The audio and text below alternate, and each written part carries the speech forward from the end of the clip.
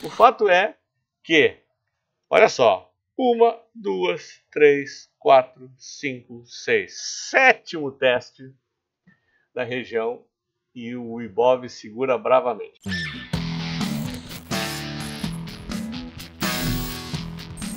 Olá, amigos e amigas da Focalize, sejam muito bem-vindos ao nosso bate-papo da sexta, que não é na sexta, hoje é na quinta, porque obviamente estamos diante da Sexta-feira Santa, amanhã, feriado, então estamos antecipando aqui o nosso comentário, uma semana mais curta.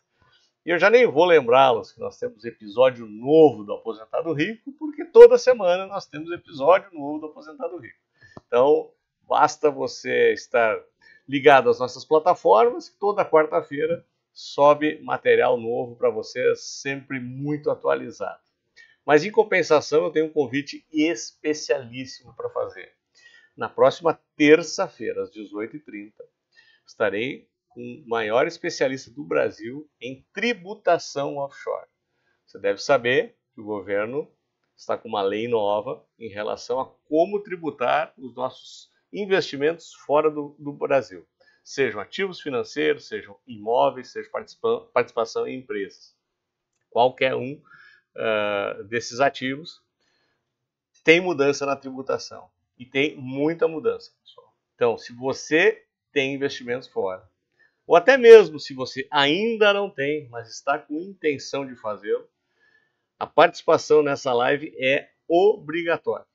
Que vai ter muito material, vai ter muita informação, e ela é fundamental para que você faça tudo de forma correta. E mesmo que você não tenha ou não tenha intenção, talvez você tenha um amigo conhecido que tenha.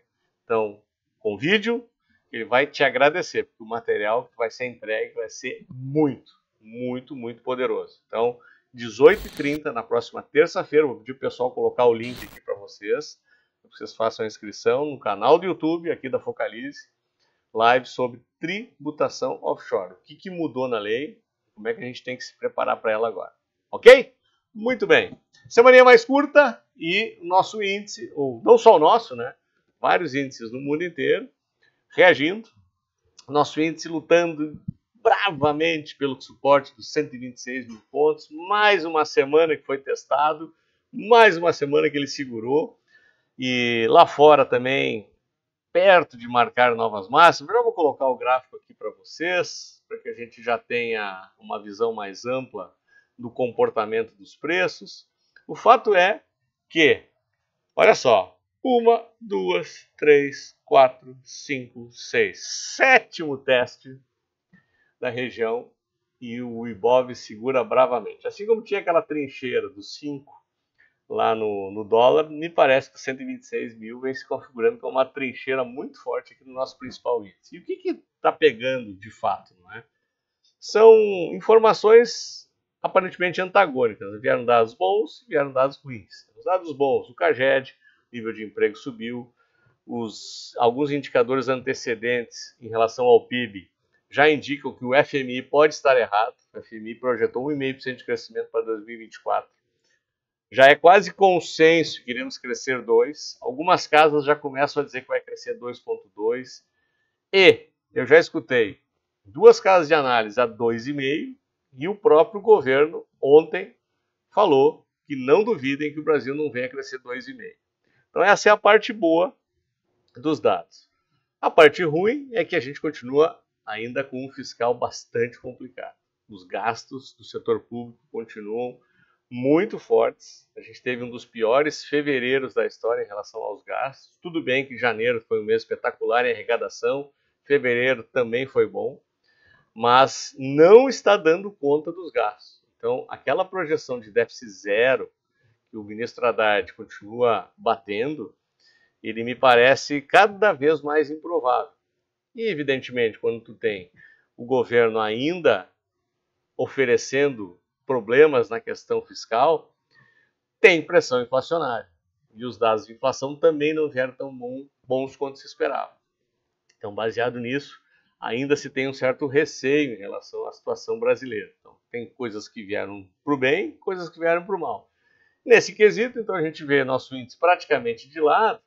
O gráfico diário não nos traz muitas informações, além de ficar clara essa linha de suporte, as médias estão aqui, uma caindo, outra subindo, mas daí o que eu gosto? Eu gosto de olhar o gráfico semanal. O gráfico semanal costuma trazer informações um pouco mais claras para que a gente entenda o movimento e a lógica dos preços. E olha só o que acontece. Aqui também está muito clara essa questão do teste do suporte, o semanal também não é diferente do diário, só que a média de 21 semanas vem se tornando um suporte bem interessante. Em momento algum ela veio para baixo. E os preços nessa semana, ao menos até esse momento, estamos aqui faltando meia hora para fechar o pregão, não me parece que tenhamos grandes mudanças a partir de agora, estão fechando acima da média de 9. E eu vou dar um zoom aqui, você vai notar uma leve inclinação ascendente na média de 9. Então a média de 9 vira para cima, os preços fecham acima da média, essa média de 9, e ao mesmo tempo a gente vê a média de 21 semanas suportando bravamente os preços. Quando eu olho para esse gráfico aqui, a leitura preliminar que eu faço é muito mais da continuidade do movimento ascendente do que descendente. Então, quando eu pergunto, será que cai ou não cai? Eu diria que segurou e está mais para continuar subindo na próxima semana do que caindo. Da mesma forma, não muito diferente o dólar. Olha só o que aconteceu. E essa semana eu queria chamar a atenção de vocês em outro fator. O triângulo ascendente, eu já mostrei nas últimas 2 semanas e ele continua sendo respeitado. Olha só. Tinha aquela trincheira dos 5, mas à medida que vinha tendo pressão vendedora, os fundos estão cada vez mais altos. Na semana passada, chegamos a flertar no intraday acima dos 5, só que ela fechou abaixo. Só que o que está acontecendo depois de muito tempo? Nós vamos fechar a semana acima dos 5. Eu vou também botar o gráfico semanal aqui no dólar para deixar isso aqui muito claro para vocês. Olha só o que está acontecendo.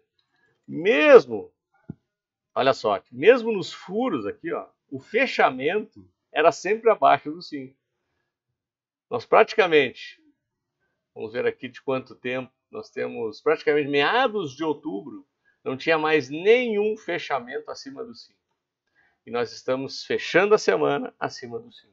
Então, lembram quando eu falei na semana anterior, que tendo em vista o triângulo ascendente, a possibilidade do rompimento, estávamos muito mais para estar acima dos 5 que abaixo. Essa semana isso ficou ainda mais evidente. E o DI? Como é que está o DI? Vamos dar uma olhada aqui no DI 26, que é o que nos mais interessa, nesse momento aqui. DI 26, refletindo um pouco daquilo que eu falei na questão fiscal brasileira, ele vai já fazendo uma pressãozinha acima dos 9,90. Apesar de ter caído um pouco durante a semana, ele fecha a semana acima dos 9. Então ele está mais próximo novamente dos 2 dígitos do que de um dígito. Isso aqui é determinante? Não, ainda não. O mercado ele reage. Nesse momento a reação é negativa. Talvez com novos dados que apareçam no meio desse caminho, a gente tenha uma mudança. Mas tem uma sinalização aqui que particularmente eu não gosto muito. Eu prefiro ver o nosso DI abaixo desse patamar aqui, daí sim corroborando com aquela tese de termos a nossa Selic lá muito mais próximo dos 9 do que agora acima dos 10 ainda. E lá fora, o que está acontecendo? Bom, a temporada dos resultados ela vem praticamente encerrada, né? Então, começando pelo VIX, nós temos o VIX sob controle, volatilidade baixa, então o índice de medo está aqui abaixo dos 15, S&P testando novamente a região do seu topo, né, tentando montar um pivô de alta, então mostrando força mais uma vez.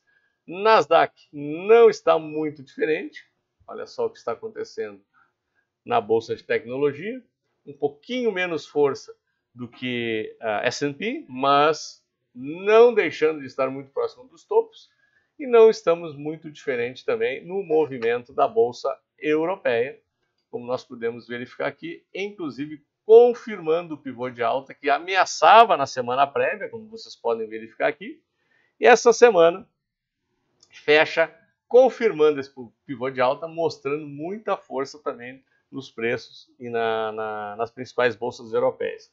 Quando olhamos as bolsas da Ásia e do Japão, também não estão muito diferentes. Também estavam apresentando uma movimentação ascendente muito forte. Então, nós ainda continuamos um pouco atrasados, mas baseados, inclusive, no que eu mostrei para vocês, dentro do movimento semanal, me parece que dessa vez talvez o mundo acabe nos ajudando um pouco e na semana que vem a gente tenha boas novidades na ponta comprada e o nosso índice afaste-se cada vez mais do suporte dos 126 mil pontos. Pessoal, quero reforçar o convite, terça-feira, 18h30, imperdível a nossa live sobre tributação offshore.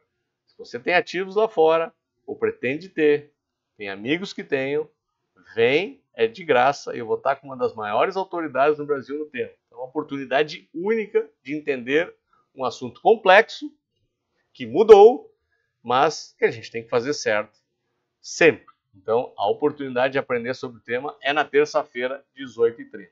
Então, quero desejar um bom feriado, uma feliz Páscoa a todos vocês e, como sempre, quero que vocês me vejam nos próximos vídeos. Até lá!